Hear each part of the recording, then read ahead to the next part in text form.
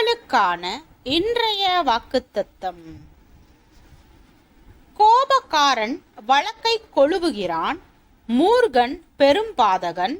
மனுஷனுடைய அகந்தை அவனை தாழ்த்தும், மனத்தாழ்மையுள்ளவனோ கனமடைவான். திருடனோடே பங்கிட்டு கொள்ளுகிறவன் தன் ஆத்துமாவை பகைக்கிறான்.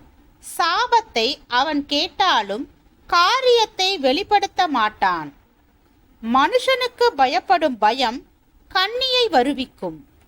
கர்த்தரை நம்புகிறவனோ உயர்ந்த அடைக்கலத்திலே வைக்கப்படுவான். ஆளுகை செய்கிறவனுடைய முக தரிசனத்தை தேடுகிறவர்கள் அநேகர். ஆனாலும் அவனவனுடைய நியாயம் கர்த்தராலே தீரும். நீதிமொழிகள் 29வது அதிகாரம் வசனம் 22 முதல் 26 வரை.